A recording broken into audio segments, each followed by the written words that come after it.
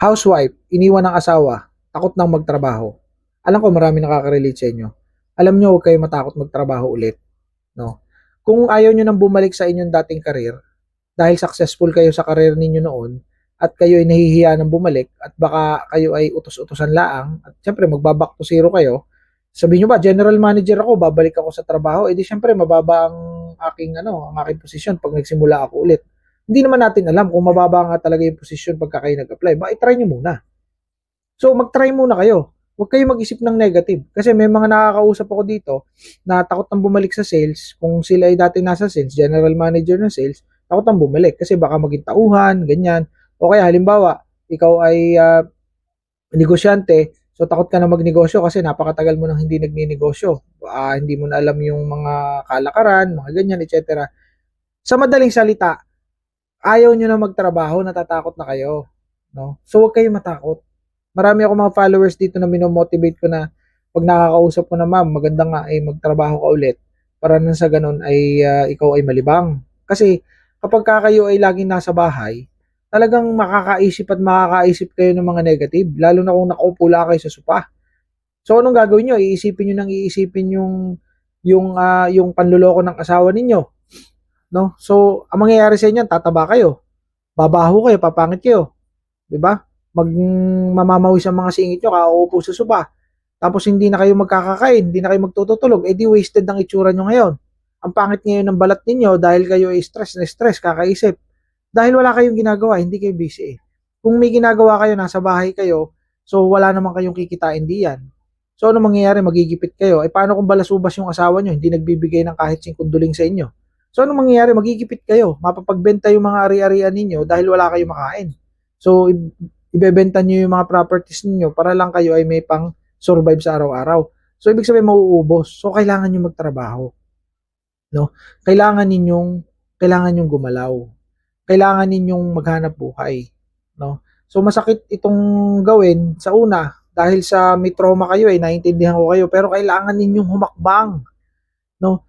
At in fact, nakakapangit yung gagawin ninyong yan kasi pag sobrang stress na kayo, papangit kayo. Ang problema, pag nakita kayo ng kabit, halimbawa isang araw nakita kayo ng kabit o kaya ay nasilip kayo ng kabit somewhere, let's say nagmomol kayo, nakita kayo, sasabihin ng kabit sa kanyang isipan o kaya sasabihin sa kanyang mga kilala, yun yung asawa ng aking partner.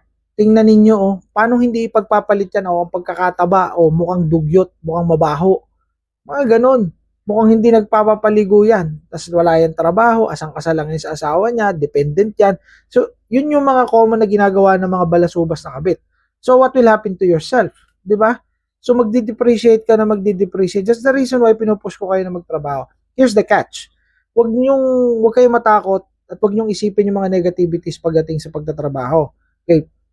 Always reinvent yourself. Halimbawa, kayo ay dating nasa sales, ayaw nyo nang bumalik sa sales kasi feeling nyo hindi na kayo makakabenta. Kasi matagal ng panahon yun, 10 years ago, baka iba na yung kalakaran. Okay, walang problema yan. Hanapan mo ang sarili mo kung saan ka magaling, kung saan ka interesado, kung anong meron. Halimbawa, napansin mo magaling ka magluto, o why not mag-aral ka ng culinary online or kaya ay pumasok ka kung may konting pera, why not? Gastusan mo ang sarili mo, mangutang ka, mag-loan ka para makapag-aral ka. Ngayon, pagka ikaw ay marunong na magluto ka, mag-vlog ka, mag-post ka online, no, magtinda ka online, why not? Magpo-order ka, dadating ang panahon, no? Pasasalamatan mo ang ginawa mo dahil naging successful ka. Mapapansin ng asawa mo na ikaw ay successful o mapansin ng kabit na umasenso ito nung nawala yung asawa, 'di ba? So, maiisip nila na kaya mo palang mabuhay mag-isa, kaya mo palang itaguyod. That's only an example. Ngayon, kung kayo ay magaling naman halimbawa sa mga office work, mabilis kayo mag-type, ang daming trabaho online. No, may mga virtual assistant. I've been there, no? Nagtrabaho ako almost 10 years. Naging healthcare virtual assistant ako, naging teacher din ako ng medical English at saka ng English. It's ng English, no, yung ESL kung tawagin. So, ang daming opportunities. Huwag kayong matakot. Ayaw kong makita kayo na naging stagnant lang kayo. Huwag kayong papayag magkaganyan ng sarili nyo. Always remember, no? Always remember two things. Self-care and self-improvement. Yan lagi ang tatandaan ninyo.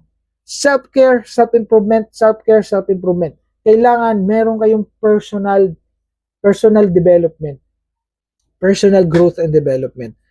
Huwag niyong hayaan na masadlak kayo sa kinalalagyan nyo. Always move. Lagi kayong gumalaw. Lagi kayong humanap ng paraan.